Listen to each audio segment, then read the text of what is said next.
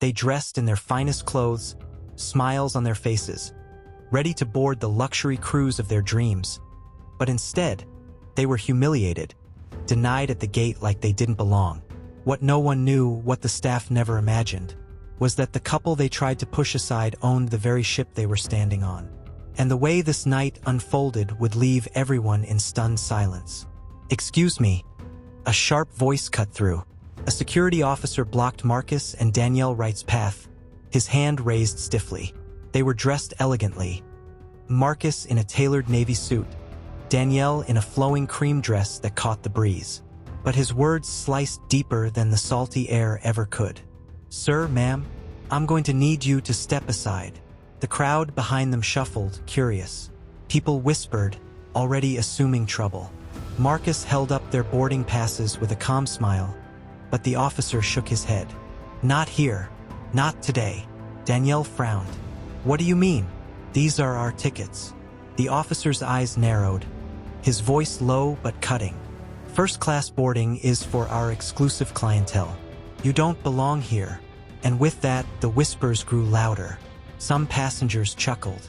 Others avoided eye contact. Marcus felt the heat of humiliation burning his chest, while Danielle's hand gripped his tighter, her knuckles trembling. What happened next would shock every single person on that dock, because the Wrights were not who they appeared to be.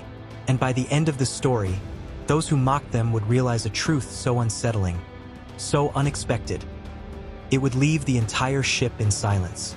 Stick with this story, because by the time we reach the end, you'll see why appearances deceive, why power often hides in plain sight, and why dignity, once challenged, has a way of demanding respect. Marcus Wright had always believed in working quietly.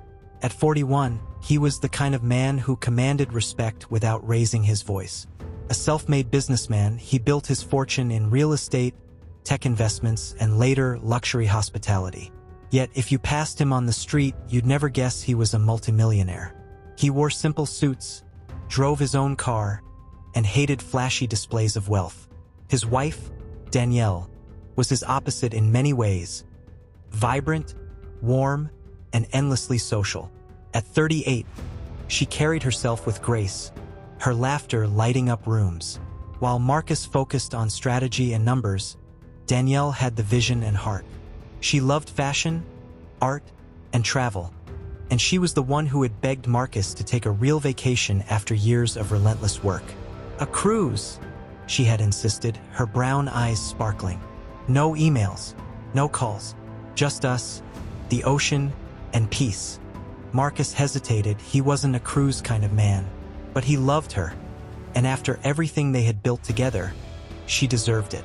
So, they booked a first-class suite on the Royal Atlantic, one of the most luxurious cruise liners in the world.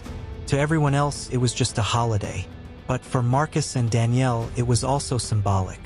They had grown up in Atlanta, Georgia, in neighborhoods where dreams of wealth seemed far-fetched. Danielle's parents were teachers.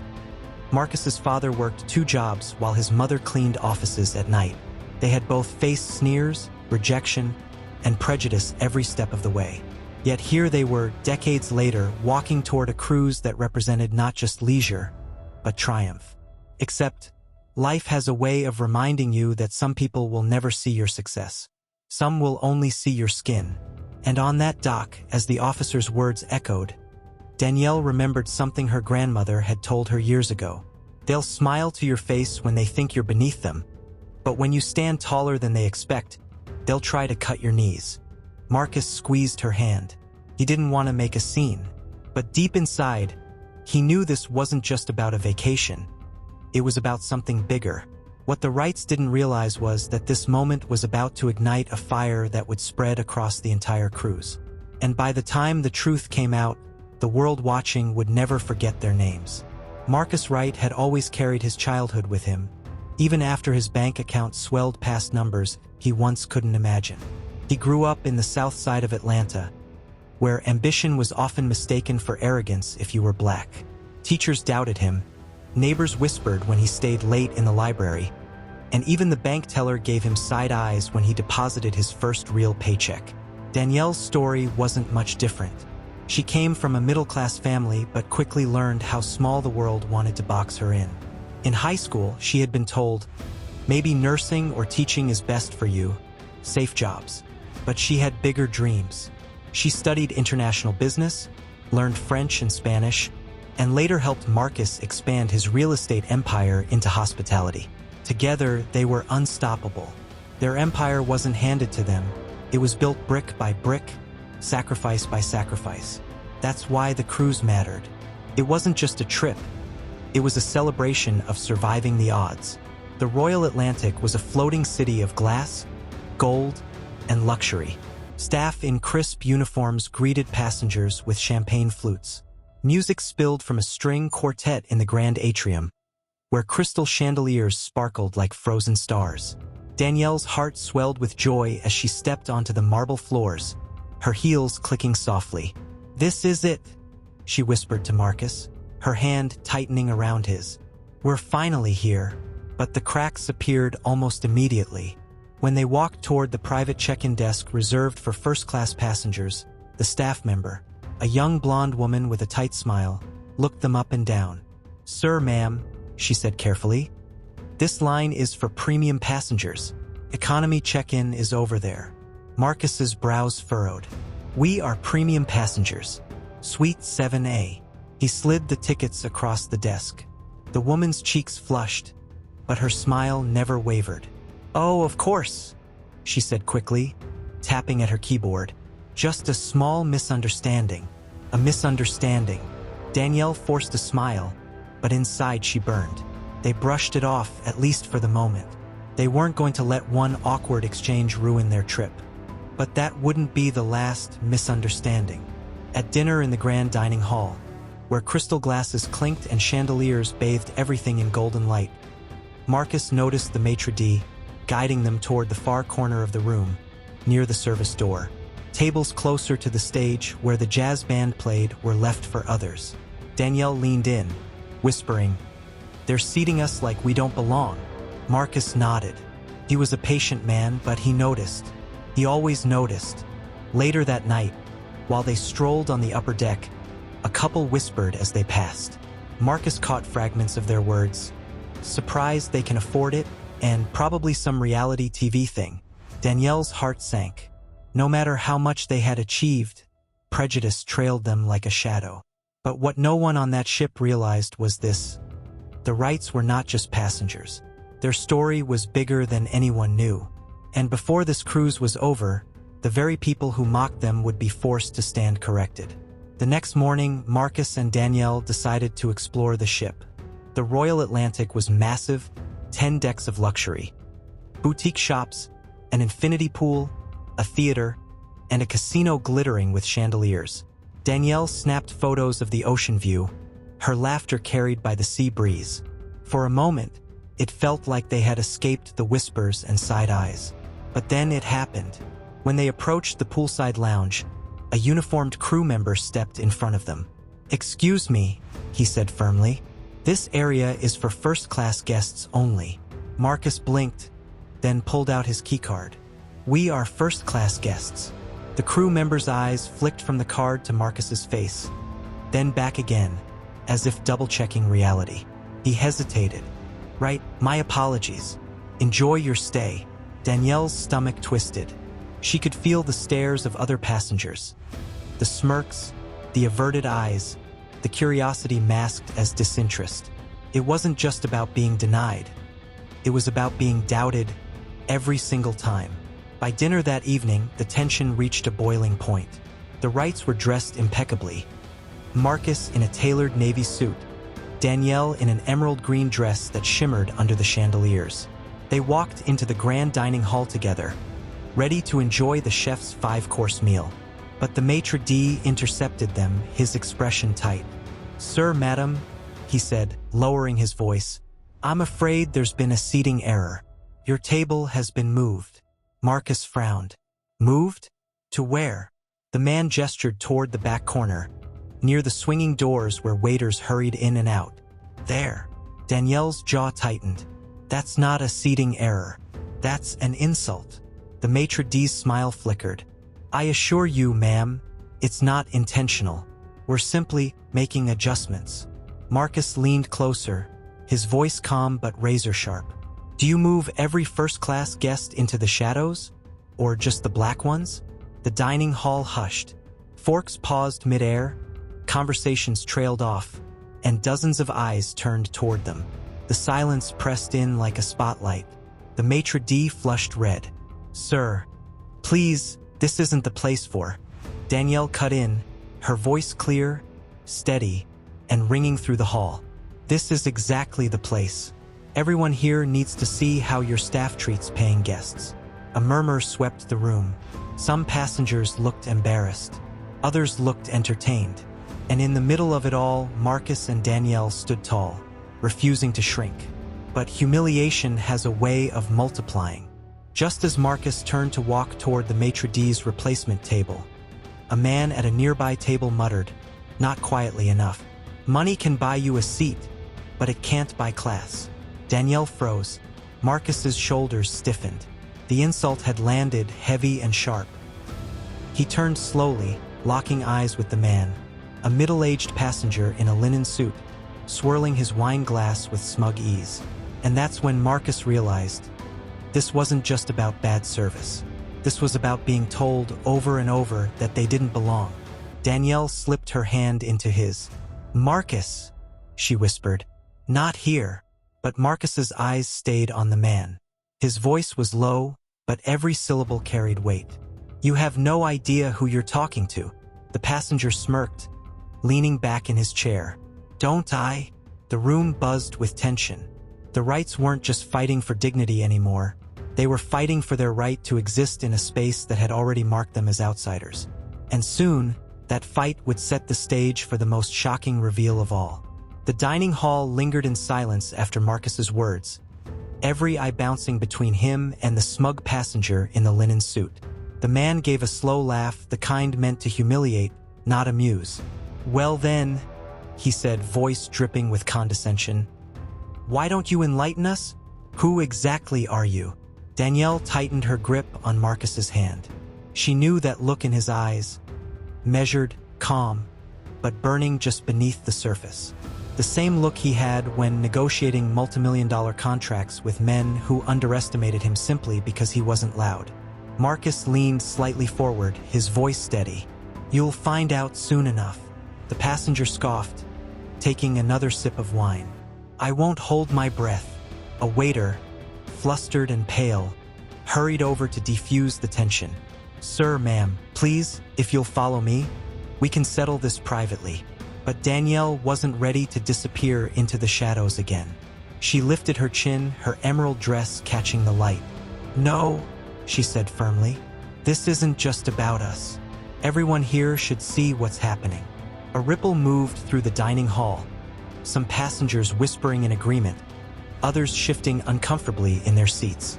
And then, as if the universe itself wanted to make a point, the ship's intercom crackled to life.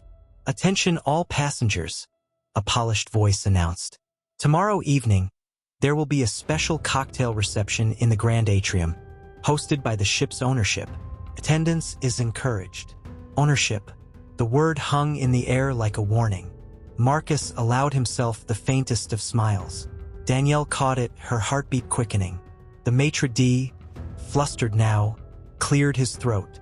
"Sir, ma'am, your table." But Marcus interrupted, his voice commanding. "Bring us to our table, the original one." And just like that, the power dynamic shifted. The maitre d' hesitated only a second before bowing slightly and gesturing to the prime table by the panoramic windows. The Wrights walked past the linen-suited passenger, past the gawking diners, holding their heads high.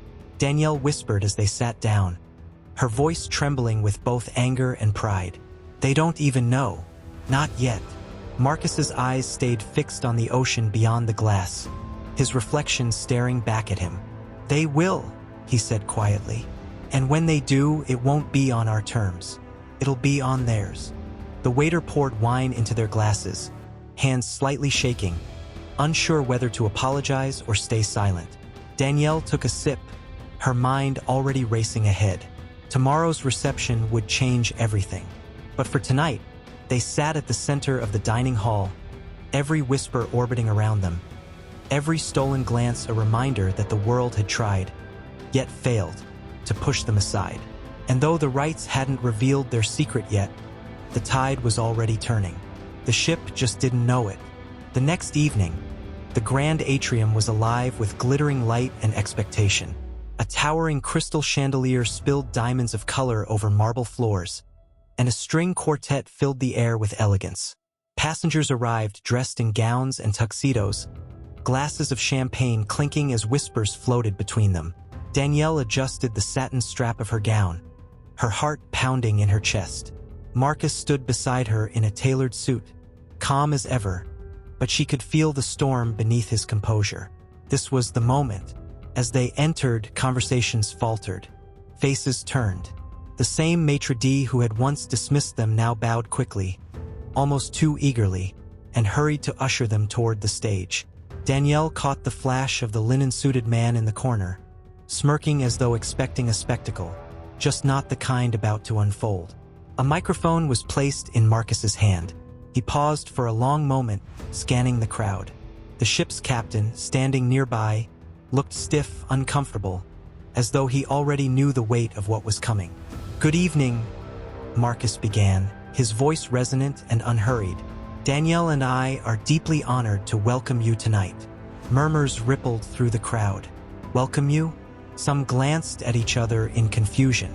Marcus continued, his eyes never wavering. "5 years ago, we made an investment.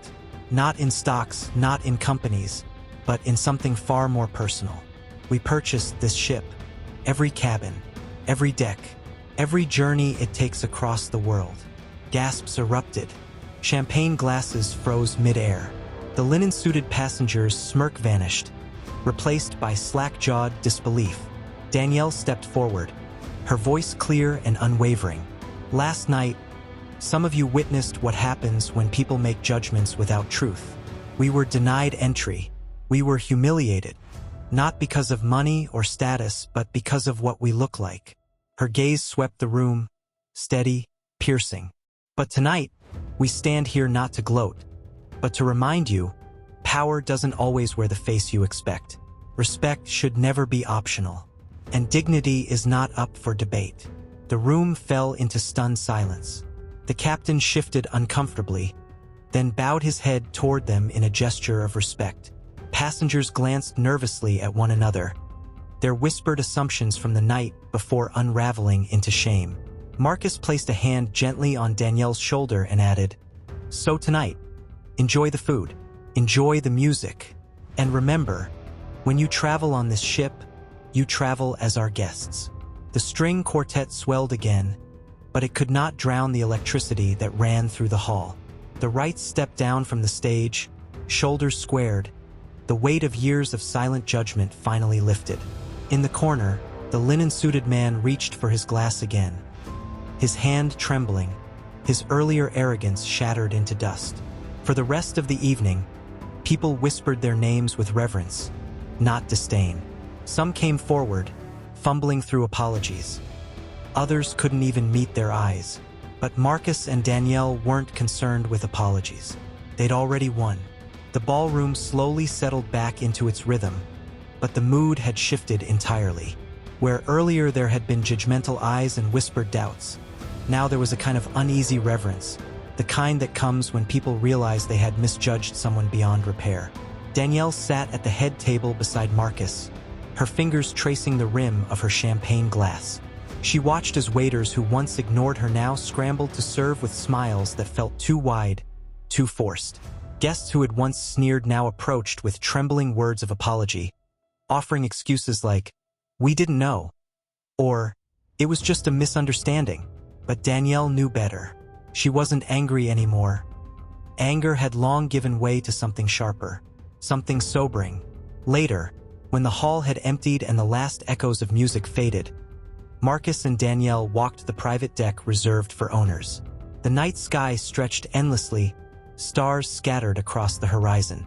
The ship cut through the waves with a quiet, steady rhythm.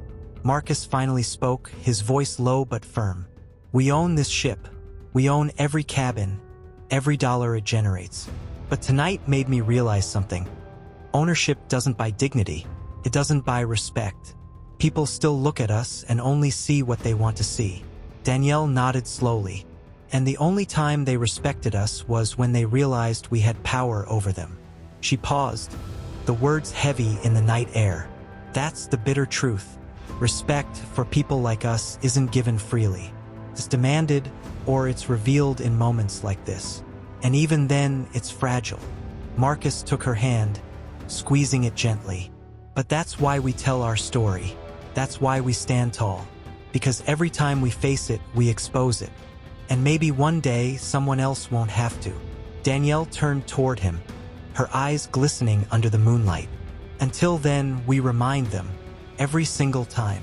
The camera of imagination pulls back.